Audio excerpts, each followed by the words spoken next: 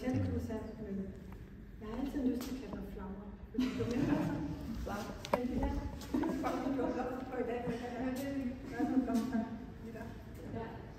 Det er Penny Flow. Ja. Eller Pernille. Pernille Carlsen.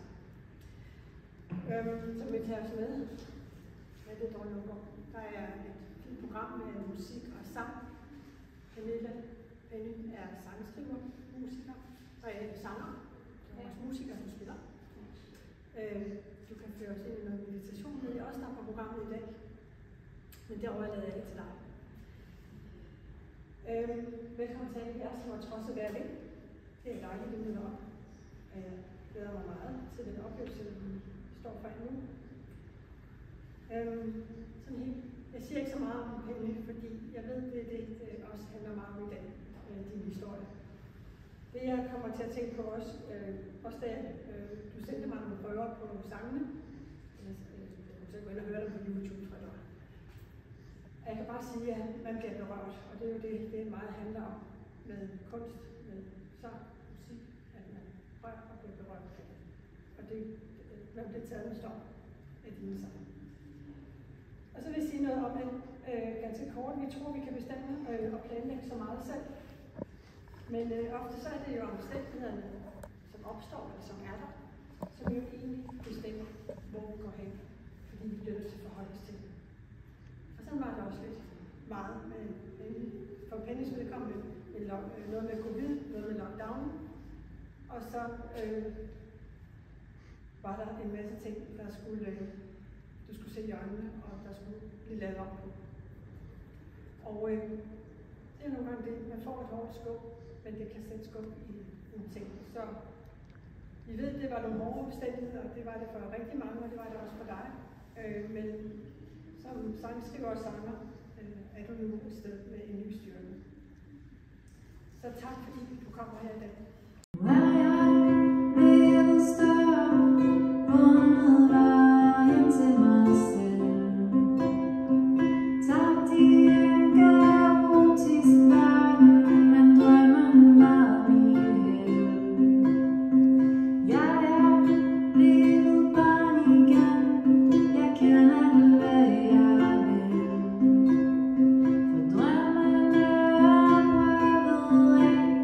Med hele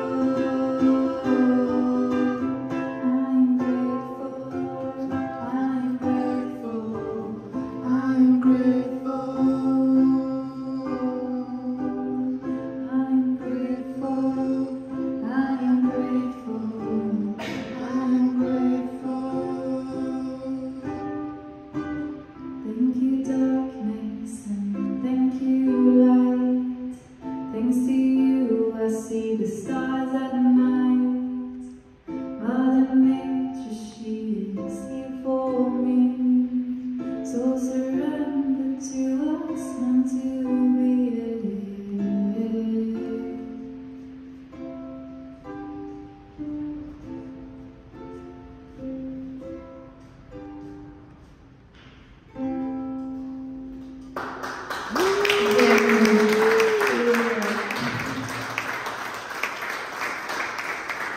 For mig var det meget sådan den der, jeg skulle lige sådan challenge det der, sådan vores perfekthedskultur og sådan lidt mere, og specielt i musikbranchen, og specielt, altså det, hvis man er kunstner, og det er sådan, så laver du jo et image, ikke, og så passer du ind i den kasse, og det nogle gange er det ud fra, hvad sådan andre folk, hvordan de ser dig, og det kunne jeg mærke i Costa Rica til sidst.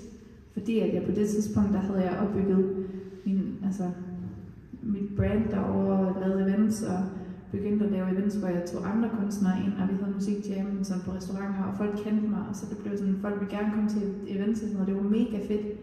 Men jeg var også meget tæt på at brænde ud igen, fordi at jeg netop sådan skulle gøre det hele, og det her. Og så var der ikke ret mange penge i det heller, så jeg var sådan, okay, måske jeg lige skal træde skridt tilbage og finde balancen i, hvor meget er det, at jeg skal arbejde som i arbejde, hvor jeg spiller 2 timer musik og og det ligesom bliver min levevej, men finde balance i at lave noget andet, så jeg stadigvæk har også glæden ved for eksempel at tage hen og fortælle historier, fordi det er jo det, jeg godt kan lide. Jeg kan godt lide at fortælle, altså det er budskabet bag mine sange, mere end det er det der med at sidde på en restaurant og bare spille sangene. Og så er det også, det er jo fedt, at der er nogle folk, der lytter, men der er også mange, der bare sidder og spiser, og det, er sådan, det kommer nok ind på en eller anden måde. Men det der med, når man sådan skaber sådan en setting, hvor folk rent faktisk lytter, og de hører min historie, og der er mange, der måske også kan se sig selv i noget af det. Og hvis det bare er en person, der kan gå herfra og sådan føle, okay, hvis hun kan det der, så kan jeg også, eller sådan den der, det er derfor, jeg gør det. Så ja, det var egentlig bare for at sige, at på det tidspunkt, der sagde jeg, at de ville til at give mig flere penge for at blive ved med at lave de events der, og der sagde jeg sådan, nej, jeg spiller mit sidste event, og så skal jeg tilbage til Danmark, fordi nu kan jeg godt mærke, at jeg har en lidt større mission. Jeg skal have min historie ud, og jeg skal spille rundt, og jeg skal snakke, altså selvom mit dans, det er måske ikke helt 100% mere efter at have været så meget i udlandet, så er det den der med, at jeg er født i Danmark, jeg er dansker, og jeg er her, og min historie, den tror jeg kunne hjælpe rigtig mange i Danmark, fordi det også bare er sådan et sted, hvor vi virkelig, ja, hvis ikke man er stresset, så er det nærmest noget galt. Så jeg ved ikke, det er i hvert fald sådan, jeg føler det nogle gange. Men ja, finde en balance i hverdagen.